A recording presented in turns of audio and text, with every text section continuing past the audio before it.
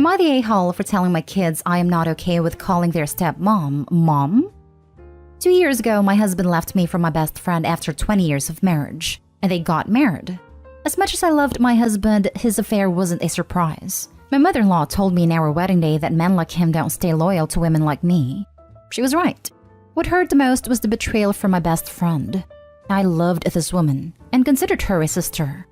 Since then, I have gone no contact from both of them. Any communication regarding the kids goes through a third party. If they are at an event, I don't go there. My kids know this and have respected this boundary. They know not to mention them to me and we celebrate birthdays separately. The kids are now 16 female, 17 male, 17 female, 18 female, and 21 male. Recently, when we were all at our house, 16 female asked me if I was okay with her calling her stepmom mom. She said since she will have a half-sibling soon, this will make the half-sibling not confused and part of the family. I told her that no, I am not okay with that woman being called mom, but she could call her that if she wanted to. Just because I don't like it doesn't mean she doesn't have to do it. I won't be mad at her if she calls her mom. The other kids started getting mad at her, but I shut them down. My mother-in-law called me screaming, saying I'm alienating the stepmom, and I should have told 16 female that I'm okay with it. I have an honest policy with my kids. I'm always open and honest with them. Just because I do not personally like something they do, doesn't mean I don't let them do it. For example, 17 male has a lot of piercings I personally do not like, but that doesn't mean I forbid him from having them. Now for the top comments before the little update. Not today, hole. At 16, the kid should be able to understand why you would not be okay with that. Besides, I don't see how the half-sibling would be confused if everything is explained to them like any other blended family. Sounds like someone whispered in your kid's ear about calling the mistress mom thing, because I don't think a 16-year-old would think about it on their own. I would like to say that my former best friend is better than that, but then again, she also slept with my husband after 15 years of friendship, so maybe I don't know her that well. It may not be the mistress. It could be your ex or your ex's mother since she seems so angry about it. Your ex's mother. Possible. She loves her new daughter-in-law. No one was happier in the divorce than her, because she now finally has a daughter-in-law for her class, rather than one below it. You handled that very maturely and reasonably. Your ex-mother-in-law is just an a-hole, and don't listen to her. I think that you're being graceful in the face of great pain and sacrifice. You sound like an excellent mother. I'm sorry you're going through this. I'd suggest adding your mother-in-law to your no-contact list as well, since it looks like she's not a rational person. Can I call her mom and are you okay with me calling her mom are two very different questions. The first one, the answer can be controversial. If you had said no, then she could have argued with you. You said yes. No arguing there. The second one, she is asking you about a feeling. You can't control a feeling. She can't be mad because you feel things. What makes a difference between a good and a bad person is not the feeling they have, but what they do with the feeling. You are not a bad person for having a feeling, and you were definitely a good person for having a bad feeling, but choosing to handle it the hard way. Not today, hole. Now for the little update. I just went up to my daughter's room. I gently asked her why she gave mother-in-law my number. She said because grandma asked her. I asked if it was her idea to call stepmom mom. She said yes. I told her she is more than allowed to call her mom. It doesn't matter how I feel about it. I also told her that I went no contact with her grandmother for a reason, and she isn't allowed to give my number out to people I don't talk to. She apologized. Also to the people asking about the stepmom. She was my best friend for 15 years and the kids considered her an aunt. When the affair happened, the oldest kid stopped talking to her, but the youngest was very attached to her still. Maybe that's why she feels comfortable with calling her mom. Either way, it's her choice. I would also like to address a few things. To those of you accusing me of blaming the stepmom and not my husband for the affair, I blame both. I got betrayed by two people. One a husband and the other a sister. A betrayal from a sister hits just as hard as a betrayal from a husband. And secondly, some of you have been commenting on why my daughter is so attached to the stepmom. My youngest is a very loving person. Her stepmom has been in her life since she was 1 year old. Back then she was auntie, but after the affair, all my other children turned away from her. But it wasn't so easy for my youngest. She still cares for her. My boundary is still in place. I'm no contact with the ex-mother-in-law and ex-best friend. I will be logging off now. Have a great day. Next story is titled, Am I the a-hole for not contributing to my family's expenses related to my wedding? My fiancé, 26 female, and I, 28 male, are getting married at a destination wedding next summer. The destination is special to my fiancé as she vacationed there with her family a couple times when she was younger, and it holds sentimental value to her. I was open to the idea since I am pretty indifferent when it comes to the wedding planning, and this seemed like an easy way to check a lot of boxes at once, plus the added bonus of my fiancé getting a wedding she dreamed about. Of course, the downfall of a destination wedding is that people might not be able to attend.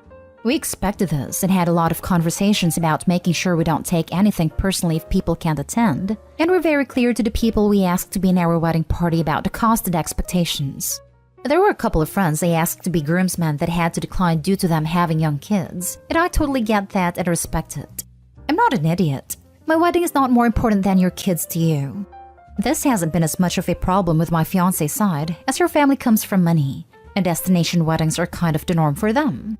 In the time we've dated, I think 4 to 5 of her cousins have had destination weddings, but we only attended one of them, and there was no fuss on anyone's part about the ones we didn't go to.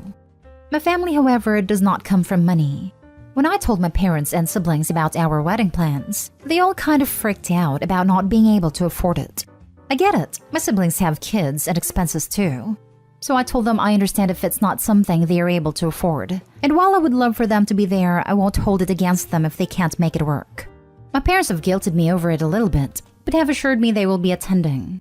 However, they told me that we should all pool some money together, and by all they mean mostly me, to make sure all my siblings and their families can attend. I told them there is pretty much no way I can do that. My 2 sisters got wind of this idea, probably from my mom, and they said that the only way they can attend is if I help pay for at least half of their trips for their whole families, kids included. I kind of laughed at that and told them there is no way I will do that. They said that since I am the one who decided to have a destination wedding, and that it is my responsibility to make sure my family can all attend. I told them that I love them and would love to have them at my wedding, but I am not funding vacations for their entire family. I said the only way I would even consider it would be if it was just them and their spouses, no kids. They said that excluding their kids was not acceptable. They told me that I have turned into a stuck-up a-hole since I got engaged, and I am rubbing my fiancé's money in their faces. They accused me of having a destination wedding on purpose to rub it in their faces that they can't afford something like it. The thing is, you're throwing a wedding that you know your family can't attend financially, but your wife's can. You therefore know that this will be a wedding for your wife's family, not yours. You therefore know that this is symbolic of you choosing and entering a lifestyle in which money divides you from your former family. If your family's presence in your life isn't important for your wedding, there's every reason to believe it won't be important for other events. Your family understands all this, just like you do. You're pretending it's just one day and it's no big deal if they miss it. Like, you won't be offended. Like, your feelings won't be hurt. But that's your way of deflecting the point. It hurts them to watch you choose money over their participation in your life. It hurts them to be excluded from the wedding of their close loved one. You're the a-hole. Take responsibility for leaving your family out of your wedding. It hurts them to watch you choose money over their participation in your life. It hurts them to be excluded from the wedding of their close loved one. Meh, they don't really show much interest in my life anyway. Heck, when my sisters FaceTime me to complain, it was the first time either of them had taken the time to call me in almost 18 months. I am 10 years younger than my older sister and 8 years younger than the other.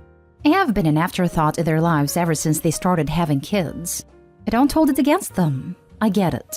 Their families are the most important things in their lives. I make sure to send cards for each of their kids on every birthday, gifts for every kid at Christmas. I don't even get a text from them on my birthday. Maybe you're right. Maybe I'm kidding myself into thinking I actually want them there. And this is just my subconscious reminding me that they don't give a f about me unless they think they can get something out of it. But for them to act like they actually care about my important life events kind of makes me laugh now that I think about it. Based on this, not a hole.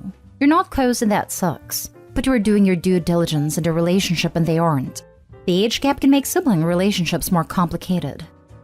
Everyone sucks here. Yeah, sure, it's your wedding. No, you don't need to pay for anyone to attend.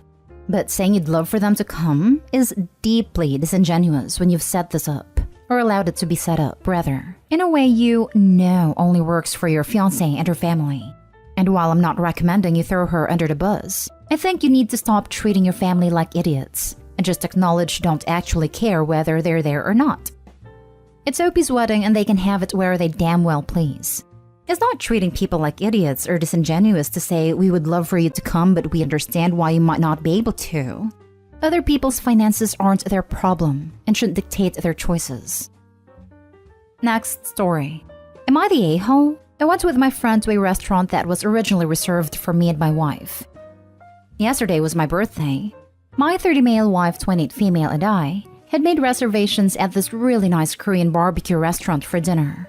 My wife is also 4 months pregnant. However, her friend wanted to hang out with her and had called her the night before my birthday. My wife said that this was a childhood friend of hers and that she really wanted to spend time with her. I reminded her that it's my birthday, but she just dismissed it, saying my birthday comes every year, but her friend will be leaving for Germany in a few weeks. I told her that she could go after my birthday as well, but she did not listen and just went to a sleepover at her friend's place. I got really mad at her. But instead of waiting for her to return home to talk things out, I asked my friend if he would like to hang out with me. He was fine with it, so we spent the day fishing, grilling, hiking, and went to the Korean barbecue for dinner. When she came home after spending time with her friend, she apologized to me, saying it was an unavoidable circumstance. I told her that it wasn't a problem, and that I spent the day with my best friend. She got mad that I would take him to the restaurant that we had booked for ourselves. I said that it was originally for us, but since she prioritized her friend over me, I took the person who prioritized me on my birthday. She said that I'm controlling and that I shouldn't be deciding who she spends time with. Now she's neither talking to me nor coming out of the room. I think I went too far by telling her whom she should be spending time with. Am I the a-hole? Now for the comments. But you didn't tell her she shouldn't spend time with her friend? You only asked that she not do it on that specific day. What is she talking about? Your wife is playing the victim here. She seems really immature and rude. Not the a-hole. I know. It's funny because she also stated that her friend is leaving in a few weeks, but his birthday is one day. Normal Darvo crap. Damn. Came back to check on this because of the notification. Didn't really know what Darvo was. Googled it and damn. That is freaking Darvo crap. Legit, she is playing victim now to make Opie feel guilty. And it worked. Opie had to write this because he most likely thought he was the a-hole. Seems to me she's actually the one being controlling. She doesn't prioritize you on your birthday, but then wants to say you shouldn't continue with your plans with your friend in her place. She would have preferred you sitting at home waiting for her on your birthday. That's really not very nice. Edited Dwed. And correct me if I'm wrong, but this was a milestone birthday? That's not right. Yep, it was my 30th birthday. That's why the fancy restaurant, or we usually stuff ourselves at AC's. Oh wow. Yeah, I think that was a really selfish decision on her part, and you were remarkably cool about it, considering it must have hurt some. So not fair to get mad at you for celebrating with someone who chose to be there for you. I'm confused. What did she expect you to do? Sit at home and cry? Your wife is the a-hole. She didn't need to visit her friend that day. She didn't need to stay out all night and come in the next morning. That's weird. Now for the last story. Am I the a-hole for refusing to return the $600 gift I bought for Mom for Christmas? To start, I want to mention that unlike my wife, I have a very good relationship with Mom. And because my siblings can always afford pricey gifts for Mom this year, I decided to gift her something nice and expensive for once on Christmas. Though I'm currently unemployed, but I work for the past few months, and my wife and I have a joint account. The problem began when my wife found out I purchased a $600 necklace for my mom to gift her on Christmas using our joint account. She went off on me, saying I should have told her and shouldn't have taken money from our joint account that she uses to pay the bills and rent, especially now that we're struggling. I asked why should I tell her since it's for us both, but she reminded me that despite that being true, 1, I no longer work, and 2, $600 is a lot and I should have consulted her. But the reasons I didn't are 1, I feel that it's my money too and I can make purchases using our joint account. And 2, I know if I told my wife she'd refuse to let me buy the gift solely because she hates my mom. She yelled at me saying that it's her hard-earned money I threw away and needed to return the necklace. But I refused because Mom already knows about it. She responded that this is no longer our joint account since I no longer earn money, and that if I want to gift Mom expensive items then I needed to earn money. She insisted I return it, but I said no, and it escalated to me calling her bitter and controlling, after she pointed out I never got her anything in this price range.